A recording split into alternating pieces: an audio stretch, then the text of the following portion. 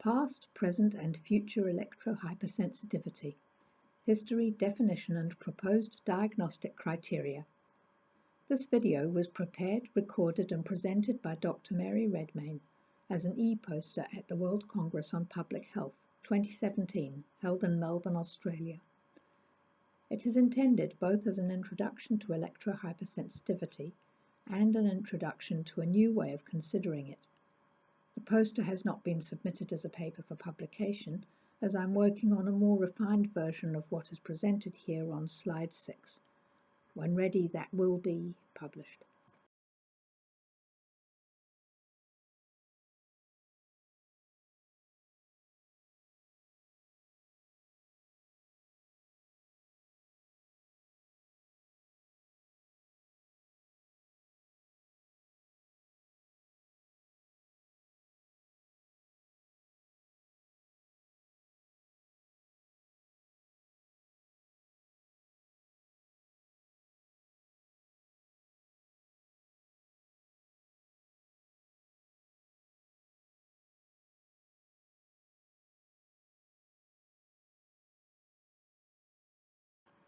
Mobile phones, laptops, routers and wireless medical systems, such as cardiac monitors, are just a few of the everyday devices which operate by transmitting microwaves.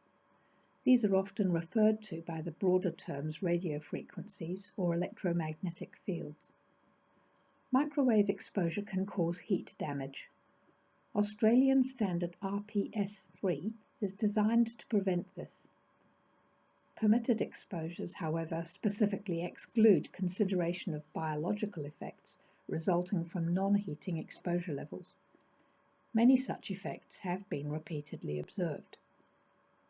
Many of these bioeffects have been linked to adverse health outcomes when related to other circumstances, but have not been accepted by Australasian policymakers as having adverse outcomes when initiated by permitted levels of microwave exposure. Repeatedly demonstrated bioeffects include sperm damage, increased oxidative stress, and increased calcium ion efflux. In healthy adults, research suggests these are short-term effects, which are repaired or cease if exposure stops for long enough.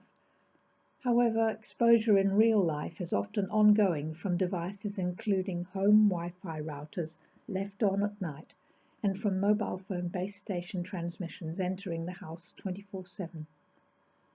Approximately 3 to 5% of the population of many countries report having noticeable health symptoms, collectively called electrohypersensitivity, caused or triggered by permitted microwave exposure.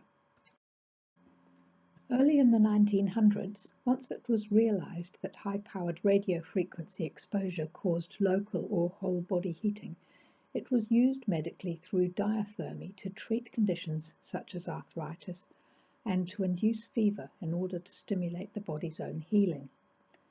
But by 1930, people working with microwave-emitting equipment began reporting unwanted health symptoms, including headaches, to their employers. One example is General Electric, who instigated an investigation. It was found that complaints were generally related to those working near microwave transmitters. Their temperature, however, was elevated up to a little over 1 degree Celsius. With development of technology, especially radar, complaints of health problems increased. During World War II, many people working near radar or with microwave transmitters complained it caused baldness and temporary sterility and made them feel overheated. This was reportedly referred to colloquially as microwave sickness. Despite this, it was some time before standards were introduced to prevent heat damage from these exposures in the general public and in those working near transmitting equipment. Once it was apparent that microwave heating could be harmful, military and industrial sectors began research focused on this, and also on possible harm from low-powered exposures that did not cause a general temperature elevation. In the meantime, technological development progressed and complaints, especially from office workers, increased. Several countries coined other syndrome names from the 1960s onwards. There was a rapid uptake of multiple electrical devices in offices and homes, including televisions and then computer screens with cathode ray tubes. The introduction of mobile phones began slowly, then grew rapidly in the late 1990s. A quarter of Australians had a mobile in 1998 and a third by 1999. A vast range of wireless transmitting devices has been added this century. Each of these steps has added environmental and personal exposure to new bands of radio frequencies, moving up the radio frequency spectrum to transmit increasingly higher frequency microwaves. Symptoms are generally typical of stress or inflammatory conditions. They are hard to diagnose, especially without biomarker tests, as they are not specific to EHS and because individual sufferers respond to different types of microwave transmissions in different ways. There's been much disagreement about the real cause of these symptoms. Are they from the exposure, or are they psychological, or both? A lack of accommodation between viewpoints is stalling proper acknowledgement that there may be subsets of the condition. This highlights the need for categories, hence the steps outlined on the next slide. Firstly, I've introduced this previously overlooked but important category, electrosensitive, which applies to everyone. Humans have evolved to utilize biologically and physiologically electromagnetic fields generated by the sun. Moving to the second level, the only currently acknowledged category, electrohypersensitivity. The World Health Organization states that electrohypersensitivity manifests itself as a variety of severe dermatological, neurasthenic and/or vegetative symptoms which the person attributes to electromagnetic field exposure. Whatever its cause, EHS is a real and sometimes a disabling problem for the affected persons. Moving down again to the third level, I have identified and labelled two new categories. These are not mutually exclusive.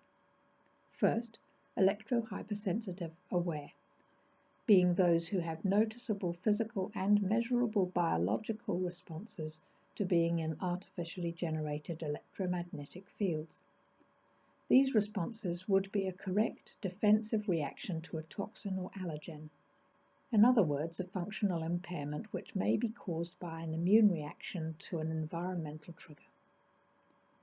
This category excludes the first stage of EHS, in which people are typically not aware that their symptoms are associated with exposure. Second, electro-autoresponsive, often referred to as a nocebo effect. This is where there's a physical response after seeing a transmitting device, even if there's no transmission at the time. This can develop after months of unsuccessfully seeking a diagnosis, when the patient eventually hears about EHS, recognizes the symptoms, and begins worrying about exposure. Currently, there is the tendency for polarization of opinion among researchers because these two subgroups are usually regarded as having either or status within one category. Researchers doing provocation studies tend to consider EHS has a psychological basis, whereas those doing objective biotesting tend to accept that exposure to microwaves initiates the problems experienced due to the results of their studies. Introducing these categories may assist in wider acknowledgement that many people suffer health effects from exposure to radio frequency exposures, and others appear to be affected psychologically also or instead. This final category, electrosensitive unaware, is proposed for those who have physical or health effects from exposure to microwaves, but who have not realized that association. Several provocation studies have found little or no association between exposure and participant response, which has entrenched the attitude of some researchers against exposure causing the health problems. This is very upsetting for many who experience typical onset progress. Provocation studies are fraught due to the complexity and variety of individual responses by exposure type, duration, response time, and how long since symptoms began. Typical electrohypersensitivity onset begins with one to a few symptoms, such as headache or difficulty concentrating when exposed for some time to one particular source, such as Wi-Fi. All other exposures will generally cause no problem at first. This is explainable since there are many different microwave frequencies in use by different devices, modulated in many different ways. The symptom goes when exposure stops and no reason for the experience is usually considered. As lengthy exposures are repeated, the symptoms recur and even worsen, and take longer abating after exposure stops. It may be at this stage that the person will realize that their symptoms only occur when they are near the Wi-Fi or whatever it is that is their trigger. For many people, new types of exposure will begin triggering their symptoms, and/or more symptoms may be added. Over time, symptoms are triggered by exposure more quickly, continue to worsen, or reach a plateau and take longer to abate after exposure stops. Eventually, some people find it hard to function in society, as microwave exposures are now ubiquitous in most settings. Some take steps to shield their house, wear clothing made of shielding fabrics, or even retreat to remote places where there is no reception.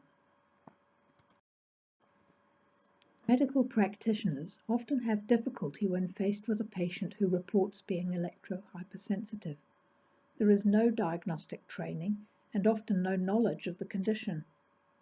This is the first of 3 slides briefly presenting diagnostic guidelines and research results on measurable biomarkers which have been published in the peer-reviewed literature by 3 research groups. It is still early days, but this is a start. I also recommend the presentation by Dr. Mallory Blythe to the British Society of Ecological Medicine. There's a link on my last slide.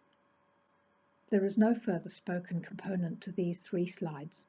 Rather, I leave you to study them at your own pace, pausing the video if it's too fast.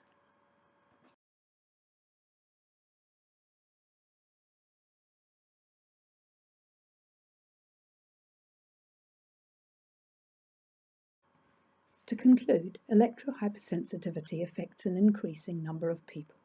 Austria has published diagnostic guidelines, and I have presented proposed diagnostic approaches along with objective testing procedures. My hope is that this will help raise awareness of EHS among the medical and public health fraternities and provide an introduction in how to respond.